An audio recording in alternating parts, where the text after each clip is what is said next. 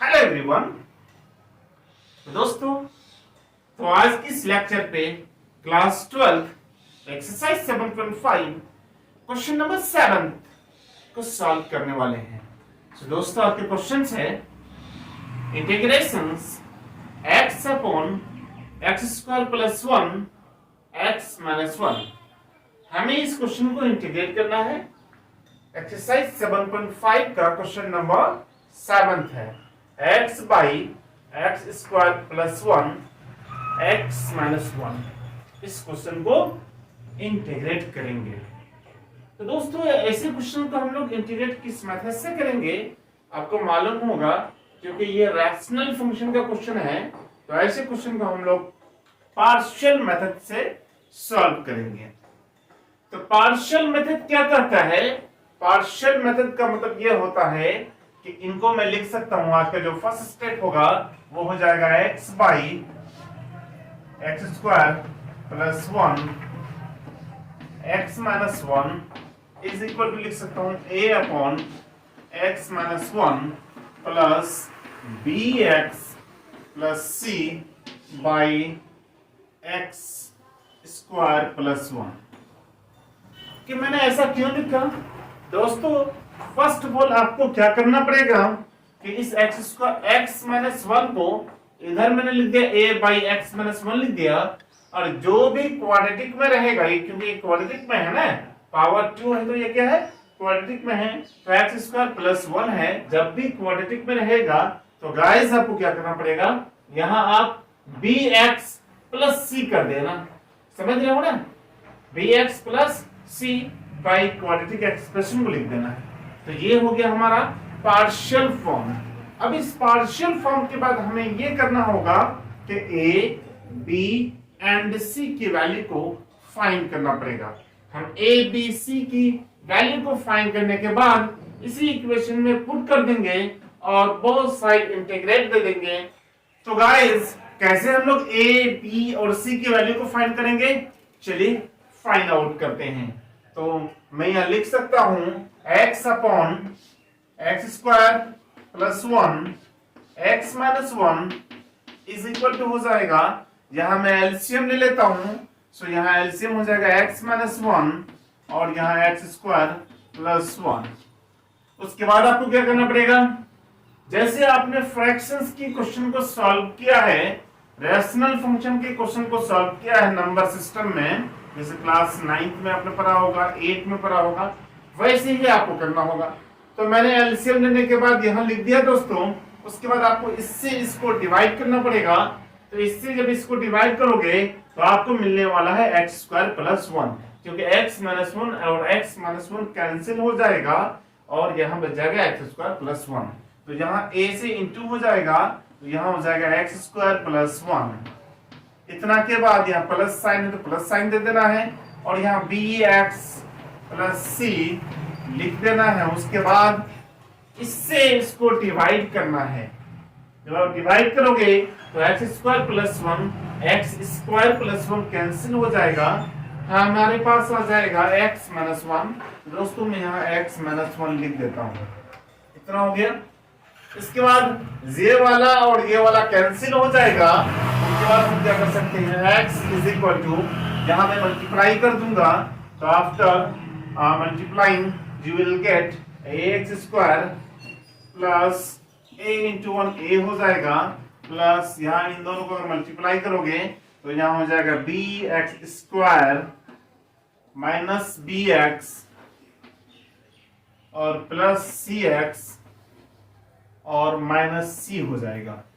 उसके बाद हमको यहाँ इसको अरेंज करना पड़ेगा।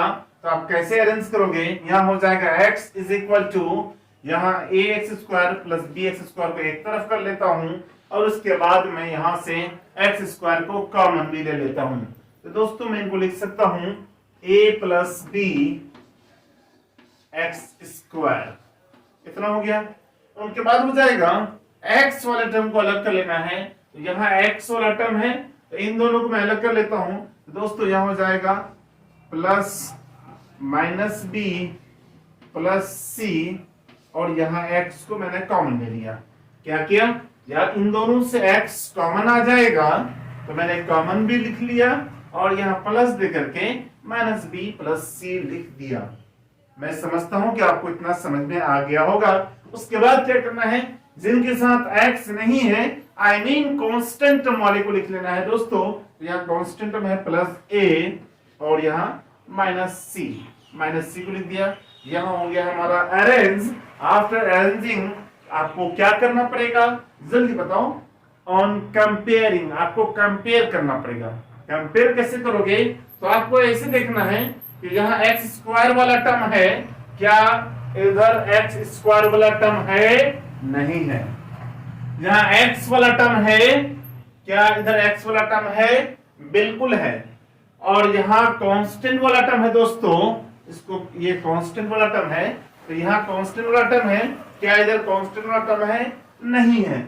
लेकिन अब याद रखना जो टर्म है इधर तो उस टर्म को उसके इक्वल कर देंगे, बाकी जो नहीं है वो जीरो हो जाएगा। क्या हो जाएगा, जीरो हो जाएगा।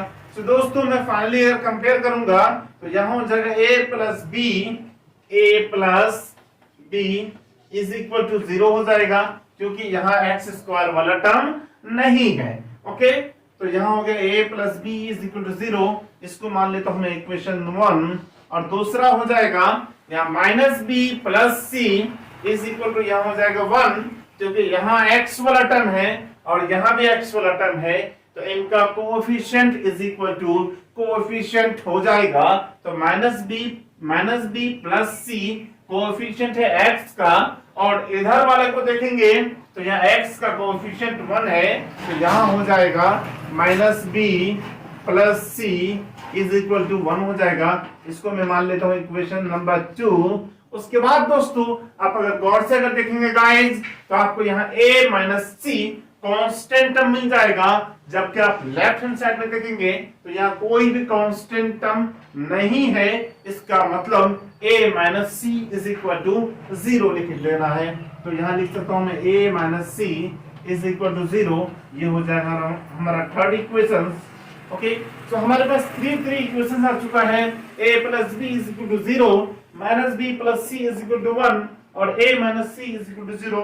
दोस्तों इसके बाद हमें क्या करना होगा, यहाँ से इन तीनों इक्वेशंस को सॉल्व करके हमें a, b और c की वैल्यू को फाइंड करना है। हाँ तो गाइस अब मैं लिख सकता हूं कि मैं इन तीनों इक्वेशन को सॉल्व करूंगा। इन तीनों इक्वेशन को सॉल्व करने के बाद हमें a, b और c के वैल्यू फाइंड हो जाएगा। दोस्तों कैसे फाइंड करेंगे, अब गौर से देखें। मैं अगर इक्वेशन 1 और इक्वेशन 2 और इक्वेशन नंबर 3 को ऐड कर देता हूं तो आपको यहां से डायरेक्टली एक वैल्यू मिल जाएगा, क्योंकि तीनों को ऐड करने के बाद क्या हो जाएगा बताओ, plus B minus B cancel हो जाएगा, प्लस सी माइनस सी कैंसिल हो जाएगा, तो a प्लस a 2a हो जाएगा इज इक्वल टू 1 हो जाएगा, और a इज इक्वल टू 1/2 हो जाएगा। बहुत ही सिंपल है दोस्तों। मैं लिख सकता हूं ऐड इक्वेशन नंबर, समझ लो, इक्वेशंस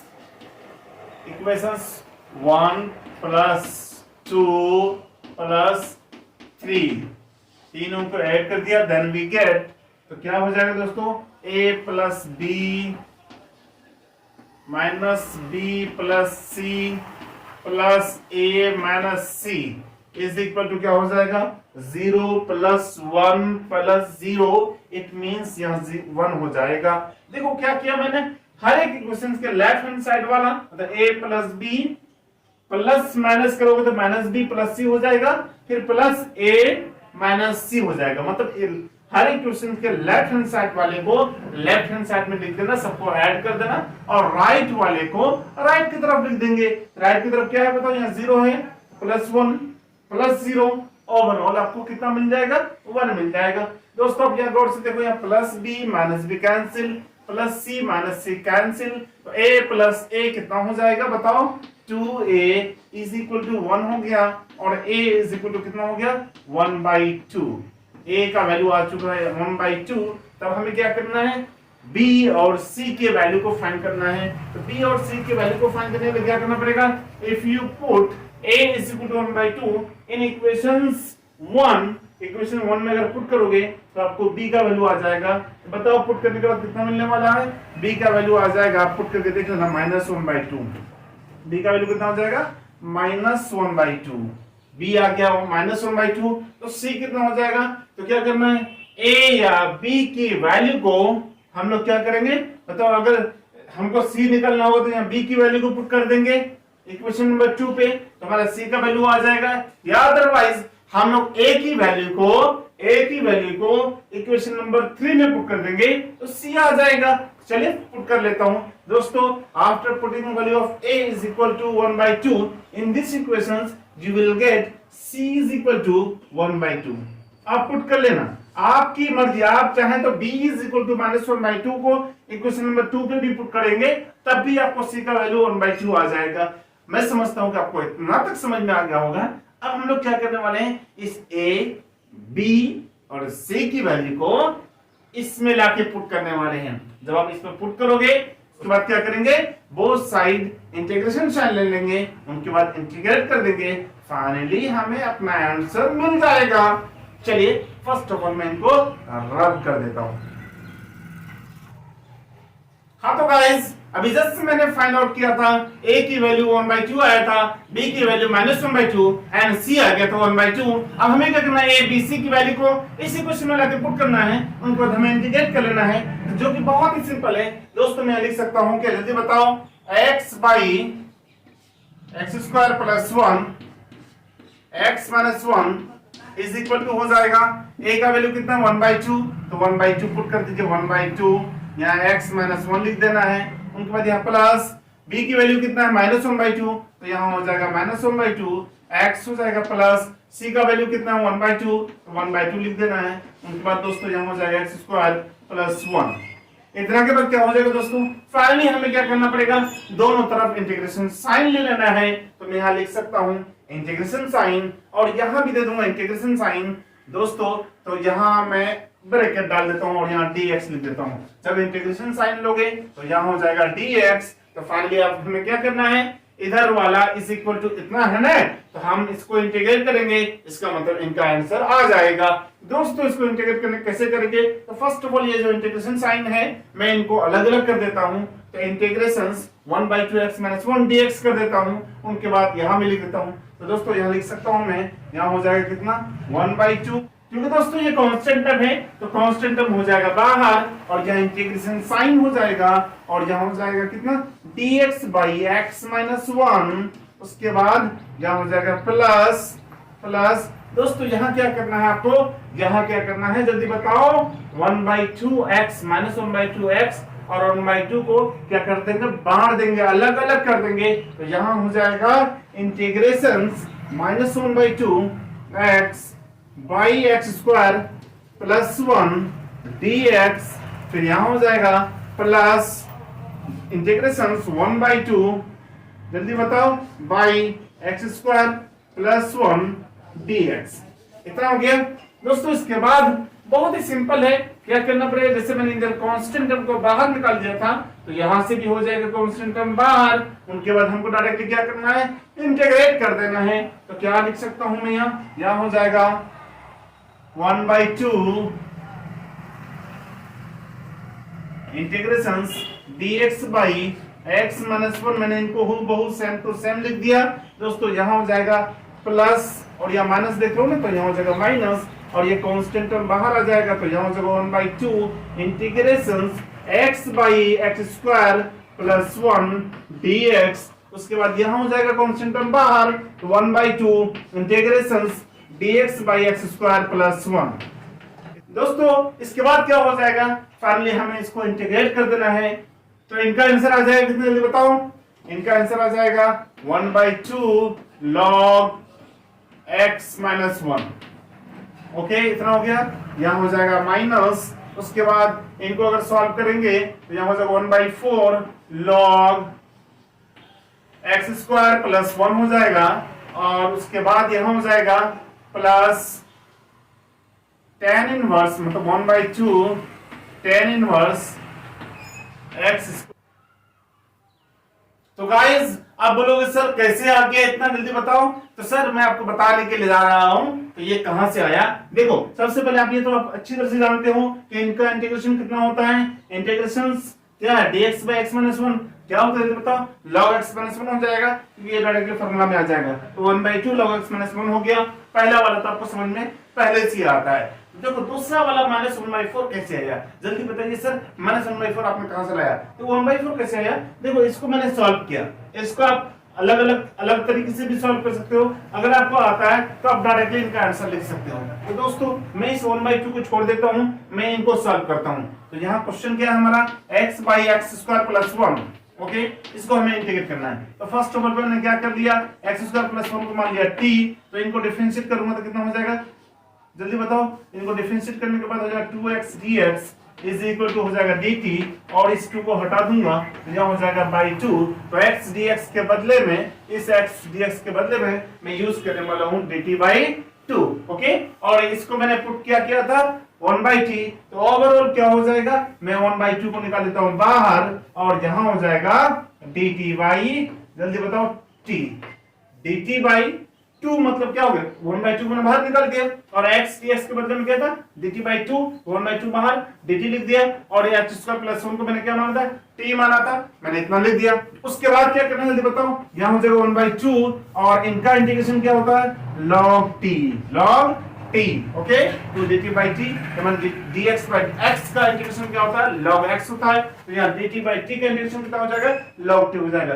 दोस्तों फाइनली हमें क्या करना है, 1/2 log t का वैल्यू कितना था बताओ, जिस एक्सप्रेशन में था वही वाला वेरिएबल आपको पुट कर देना है। तो x² + 1 को यहाँ t की जगह में पुट कर देना है, तो यहाँ हो जाएगा 1/2 log x² + 1 हो जाएगा। अब फाइनली ये हमारा ये जो आया, ये किसका इंटीग्रेशन था बताओ, इंटीग्रेशन x/x² + 1 dx का, और यहाँ पहले से -1/2 है दोस्तों, ये 1/2, और इस 1/2 से क्या करेगा, अपना कैलकुलेशन करेगा। तो 1/2 × 1/2 कितना हो जाएगा, 1/4 log x² + 1 हो जाएगा। एक सेकंड वाला टर्म तो आपको समझ में आ गया ना। अब थर्ड वाला कैसे है, थर्ड वाला तो फॉर्मूला है दोस्तों, आपको अच्छी तरह से मालूम होगा, आप जानते होंगे। इस 1/2 को मैंने 1/2 को यहाँ लिख दिया, और यहाँ क्या tan इनवर्स x, आपको मालूम होगा इंटीग्रेशंस, मतलब ये इंटीग्रेशंस dx/x² + 1 का जो इंटीग्रेशन होता है, रिजल्ट होता है, वो क्या होता है बताओ, tan इनवर्स x तो होता है ना। मतलब integrations dx/x² + 1 is equal to कितना होता है, tan इनवर्स x।